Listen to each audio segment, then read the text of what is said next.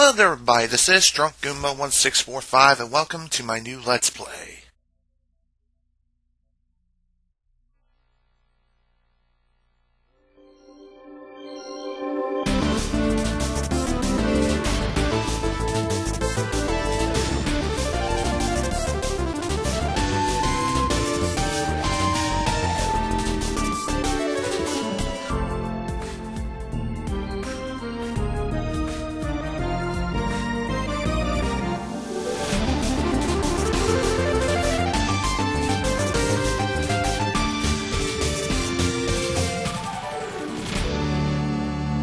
Welcome everybody to Let's Play Bomberman 64.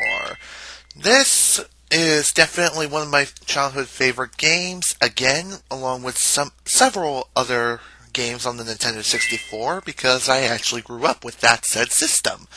So, oops, what am I doing? I'm kind of getting a little ahead of myself.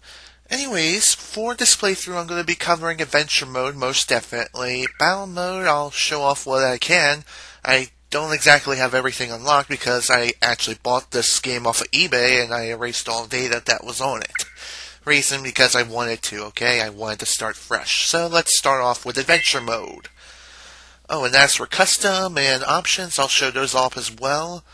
But we won't be doing that until, like, after the main game is complete. So, with Bomberman 64, you can set up 3 different save slots, file 1, file 2, file 3, obviously, and there's also an erase file. I already erased my previous data, which was just a practice playthrough of the game, so let's go ahead and select file 1 and let us get started. I'm actually going to be playing this game on hard difficulty. The reason, I find it a lot more challenging and a lot more fun, so let's go ahead and get started now.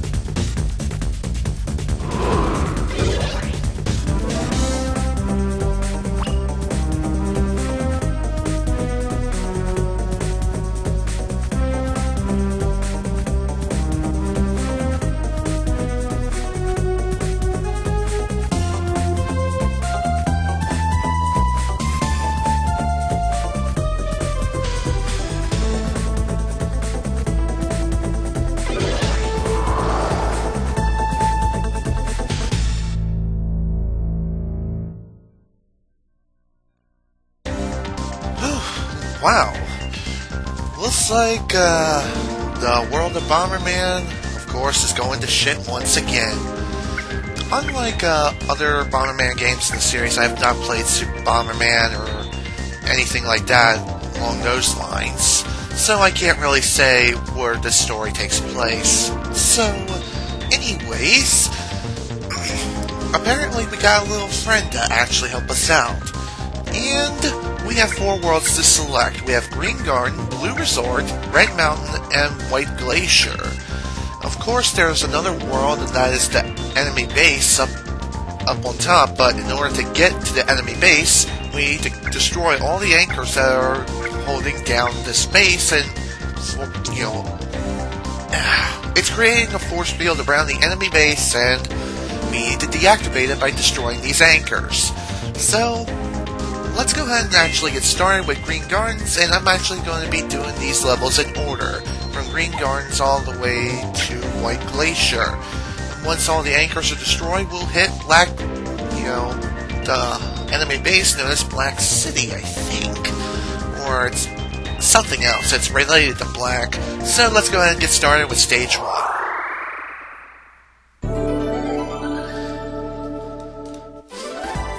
When playing on a hard difficulty, well, if you happen to... No, actually, I'm explaining this wrong again. Oh, man. I haven't recorded in a while. It's been about a couple of weeks since I've last recorded something that includes Sly 3 Honor Among Thieves. I mean, that was the last place. What the hell am I saying now? I'm going insane again.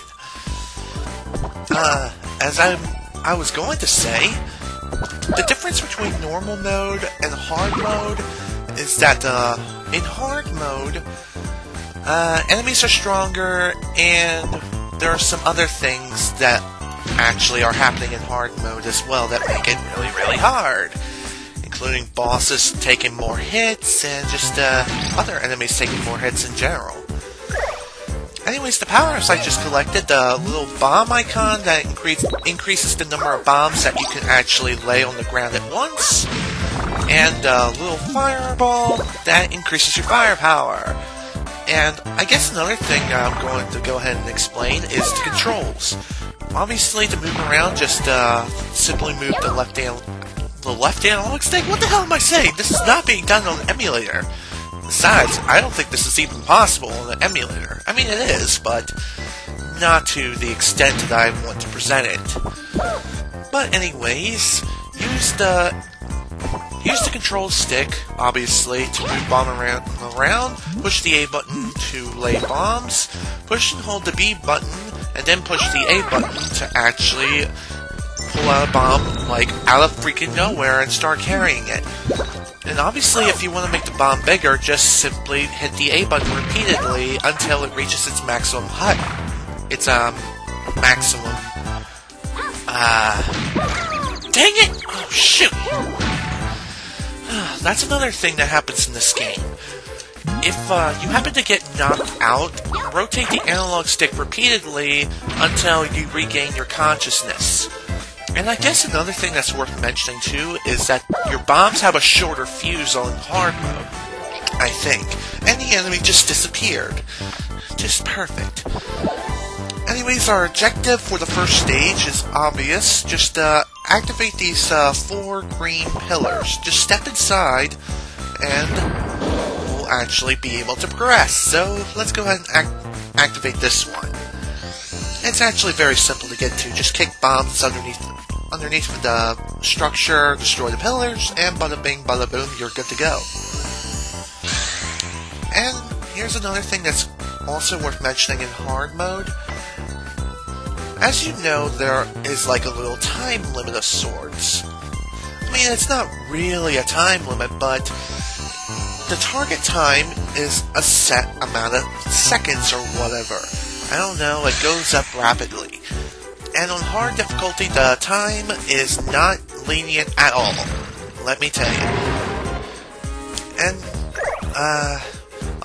another thing that's worth mentioning, in normal difficulty, your little friend who you met in the introduction, he will actually give you tutorials on how to control Bomberman and how to actually execute his moves, etc., etc. But on hard difficulty, you don't do that. And also, another thing that's worth mentioning about hard difficulty, if you happen to complete the game for the first time, like, at all, ever, at least this is how it happens for me, that was actually a good thing. Oh, dang it! Oh, shoot! Oh, that was close.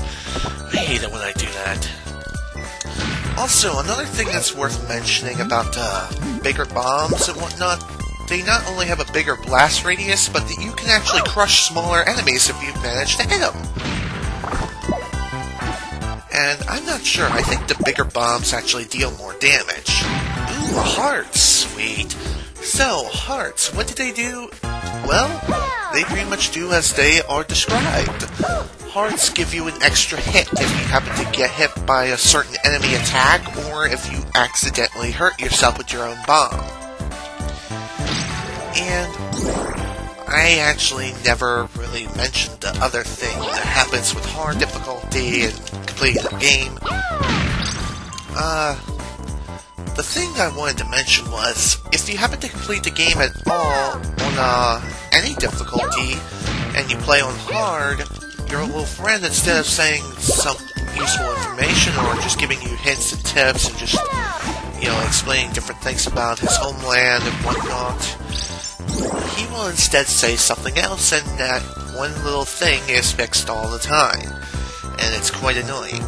But whatever, at least you don't have to really talk to him at all. And really, thankfully, since I got this game off of Amazon, the person who originally had this last actually did not actually complete the game. So whoopee! I cannot believe I said actually like multiple times in the same sentence. What the hell is wrong with me?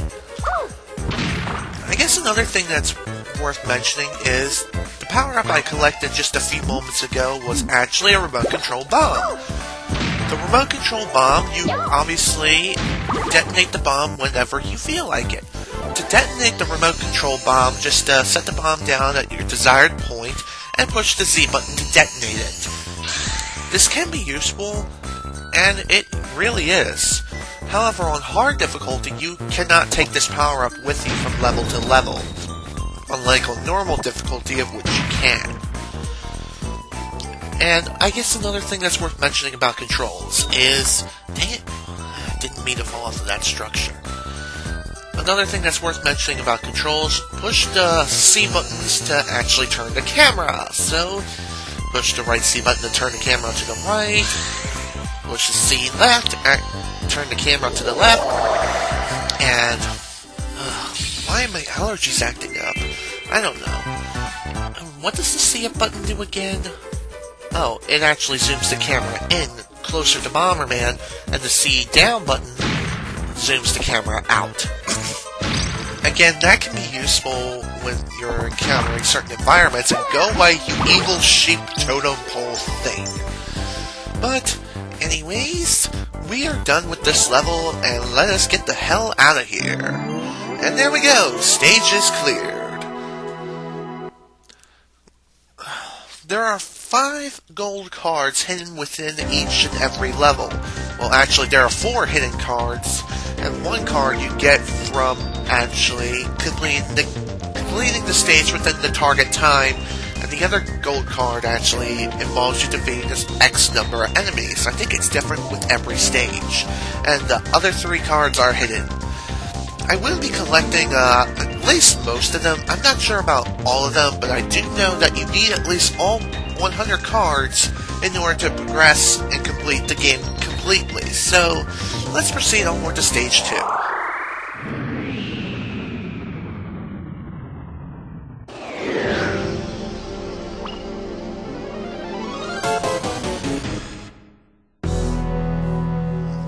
Now, stage 2. This stage, the card layout is quite different. Your gold card collection is actually represented by your attack level. The higher your attack level, the more cards you'll receive. And obviously you could get a high attack level by performing certain actions against the said boss. Like hitting the boss in the head with one of your big bombs. That's one thing that you can actually do. Oh shoot! Yeah. Another thing that's also worth mentioning, the target time. The target time is actually a lot more lenient than it is the actual stages itself. So, yeah. And also another thing worth mentioning about hearts. If you happen to get hit and lose your heart, you cannot recover it in hard mode. However, on the normal mode, you can. And also you can actually steal hearts from your enemies, too. And there we go, we actually got all 5 cards in one go. So, excellent! Yay! That's one less level for me to tackle later on in the game. And yeah, the target time is actually indicated whenever you enter the stage and begin it, and also when you die, etc., etc. Wow, I've been going on for almost 16 minutes now.